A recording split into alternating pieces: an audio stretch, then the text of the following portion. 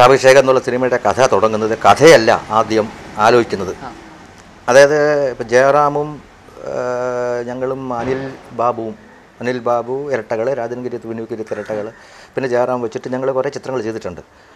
അപ്പം ഇരിക്കുമ്പോൾ ജയറാമിനെ വെച്ച് ഒരു സിനിമ ചെയ്യാനായിട്ട് അതിൻ്റെ നിർമ്മാതാവ് ജയറാമിനെ നായകനാക്കിയ പടം ചെയ്യണമെന്ന് വന്നു. അപ്പോൾ ഇനി ജയറാമിന് വേണ്ടി എന്ത് കഥ ഉണ്ടാക്കണം, നാച്ചുറലി ഒരു കഥ ആലോചിക്കുകയാണല്ലോ.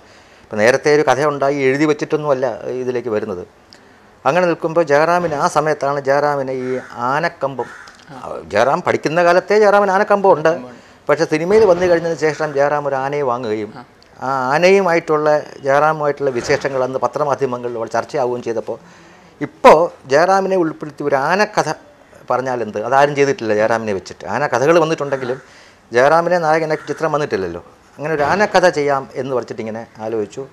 അതിന് വേണ്ടിയിട്ട് പിന്നെ കഥ ഉണ്ടാക്കാനായിട്ട് ടു ബി വെരി ഫ്രാങ്ക് പഴയ ഹാത്തി മേര സാത്തി മുതലായ സിനിമകളൊക്കെ എടുത്ത് കാണുകയും ചെയ്തു. പക്ഷെ അതൊന്നും അല്ല വേണ്ടത് തോന്നി, അതൊക്കെ വന്നതല്ലേ. അങ്ങനെ ഒരു ഘട്ടത്തിൽ ആനക്കഥ വിടാം എന്നൊരു അവസ്ഥയിലേക്ക് വന്നു. അങ്ങനെ നിൽക്കുമ്പോൾ പെട്ടെന്ന് ഒരു തോട്ട് വന്നത്, എന്തായാലും ഒരു വലിയ ആന വേണ്ട, കൊമ്പൻ ആന വേണ്ട, ഒരു കുസൃതിയുള്ള കുട്ടികളെയും ഒക്കെ അട്രാക്റ്റ് ചെയ്യുന്ന സമയത്തിൽ ഒരു കുസൃതി. അത് തോന്നാനുള്ള കാരണം എന്ന് വെച്ചാൽ അതിന് കുറച്ച് മാസങ്ങൾക്ക് മുമ്പ് ഞാനും വിനു ഞങ്ങൾ കുടുംബമായിട്ട് മൂകാംബികയിൽ പോയിരുന്നു. അപ്പം മൂകാംബികയുടെ മുമ്പിൽ എപ്പോഴും അമ്പലത്തിൻ്റെ മുമ്പിൽ ഒരു കുട്ടിയാന നിൽക്കും. അത് ഒരാൾ കൊണ്ടുവരുന്നതാണ്. നമ്മൾ കാശ് കൊടുത്ത് ആന പൈസ മേടിച്ചിട്ട് നമ്മൾ അനുഗ്രഹിക്കും. അപ്പോൾ അതൊരു കൗതുകമാണ് ഒരു കുട്ടിയാന.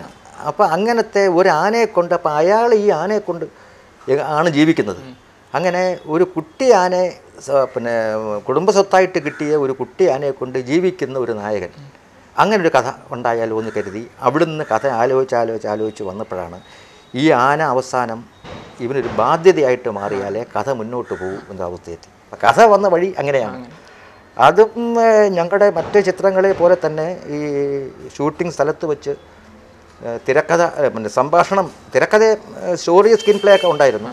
ഡയലോഗ്സ് എല്ലാം അവർ സമയത്തിരുന്ന് എഴുതിയാണ് അത് ഷൂട്ട് ചെയ്തത്. അല്ല, ആനയെക്കൊണ്ട് അഭിനയിപ്പിക്കാൻ ബുദ്ധിമുട്ട് മാത്രമല്ല, ആനയെക്കൊണ്ട് അഭിനയിപ്പിക്കണമെങ്കിൽ ഒരുപാട് നിയമങ്ങളുണ്ട്. ഇപ്പം സെൻസർ ബോർഡിൻ്റെ നിയമം അനുസരിച്ച് ഒത്തിരി സ്ഥലത്തുനിന്ന് പെർമിഷൻ വാങ്ങണം. ഇപ്പം അത് കുറച്ചുകൂടെ കടുത്തു.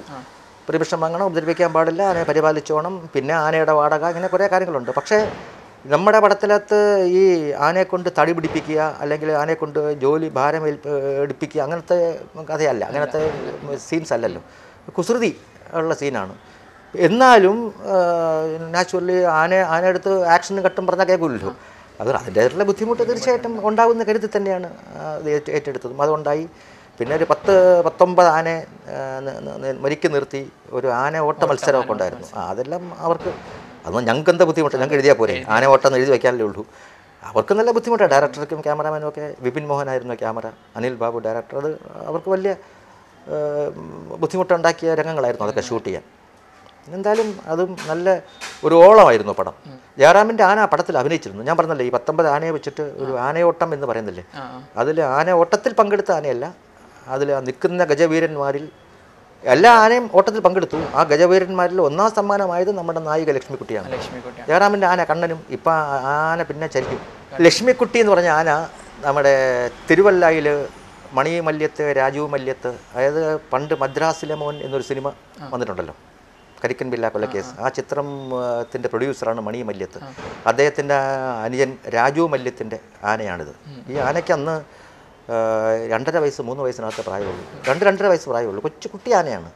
അവരതിനെ ഒരു വീട്ടിലെ പൂച്ചക്കുട്ടിയെ വളർത്തും പോലെ വളർത്തിക്കൊണ്ടിരുന്ന ആനയാണ്. അതാണ് ആനയുടെ പുറത്ത് മുടിയെ കൊണ്ടല്ലോ, അതൊക്കെ ഇങ്ങനെ ക്രോപ്പ് ചെയ്തൊക്കെ ഈ കൊച്ചാനയ്ക്ക് ഇത് ഉണ്ടാവും.